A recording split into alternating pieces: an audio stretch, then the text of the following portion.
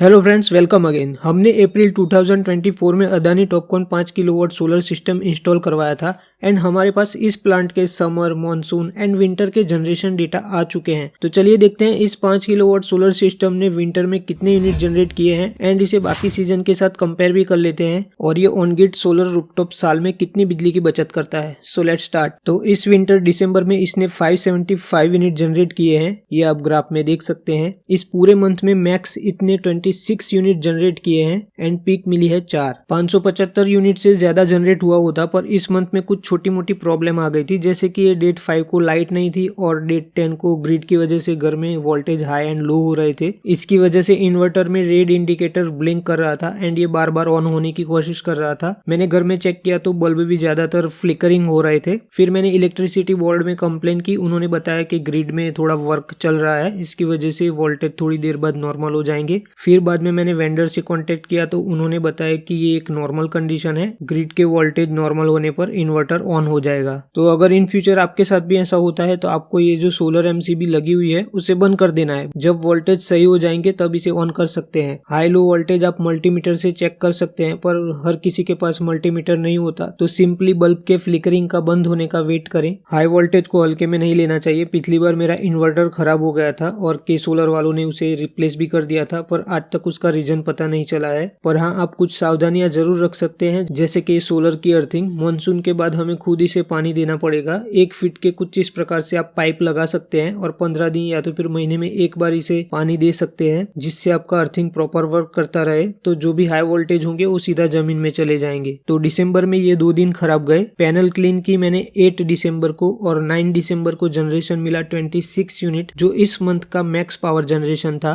Power generation सुबह 7 बजे शुरू हो जाता है एंड 12 बजे तक ये इंक्रीज होता है। फिर बाद में 12 बजे के बाद ये डाउन होना शुरू हो जाता है और 5:30 बजे ये बंद हो जाता है। दिसंबर में सिर्फ एक बार पैनल क्लीन की। अगर 2 बार पैनल क्लीन की होती तो जनरेशन कुछ और होता। और डेट 22, 23, 26 से लेकर 28 तक क्लाउड थे, तो इस दिन भी जनरेशन कम हुआ। मुझे लगता है ये प्लांट दिसंबर में मैक्सिमम 750 यूनिट बना सकता था, पर ये जो दिसंबर जनरेशन आया है 575 यूनिट, ये भी काफी सही है, क्योंकि आप जानते ही हैं कि विंटर में सनलाइट टाइम बहुत कम होता है। इस मंथ में मेरे पास अभी भी 287 यूनिट बचे हुए हैं। लगता है इस बार बिल में 400 यूनिट क्रेडिट होने वाली है, जिसके हमें 2.25 रुपीज के हिसाब से 1000 क्रेडिट मिलेगी। विंटर जनरेशन को बाकी सीजन से कंपेयर करें तो समर में मई महीने में इसने 937 यूनिट जनरेट किए थे एंड मॉनसून के जुलाई में इसने 502, जिसका डेटा अवेलेबल नहीं है, और अगस्त में 517 यूनिट जनरेट किए थे। तो सबसे कम यूनिट हमें जनरेशन मॉनसून में मिला था। विंटर में थोड़ा जनरेशन बढ़ा है एंड समर में ये 1000 यूनिट तक पहुंच सकता है। तो हमारे इस प्लांट को 9 महीने पूरे हो चुके हैं। 1 महीना इन्वर्टर बंद था तो हम 8 मंथ समझेंगे। तो इस 8 मंथ में इसने टोटल अभी तक 5352 यूनिट जनरेट किए हैं। सो ऑन एन एवरेज इसने हर महीने 650 यूनिट जनरेट किए हैं। तो साल में ये मिनिमम 8000 यूनिट तक आपको बना के दे सकता है, ये 5 kilowatt Adani Topcon solar system. तो जो लोग सोलर लगवाने की सोच रहे हैं एंड अभी तक नहीं लगवाया एंड आपका यूजेज साल का 8000 यूनिट तक का है, तो आप अपने 55,000 सालाना गवा रहे हैं। मुझे ये अडानी टॉपकॉन 5 किलोवाट सब्सिडी के साथ 1,67,000 में पड़ा था। तो हमने जो भी इस प्लांट के लिए पे किया है वो 3 से 4 साल में हम वसूल लेंगे। तो आपके पास कौन सी कंपनी का सोलर प्लांट है, कितने किलोवाट का है और उसने दिसंबर में कितने यूनिट जनरेट किए, कमेंट में जरूर शेयर करें ताकि बाकी लोगों को इन्फॉर्मेशन मिल पाए। Thanks for watching.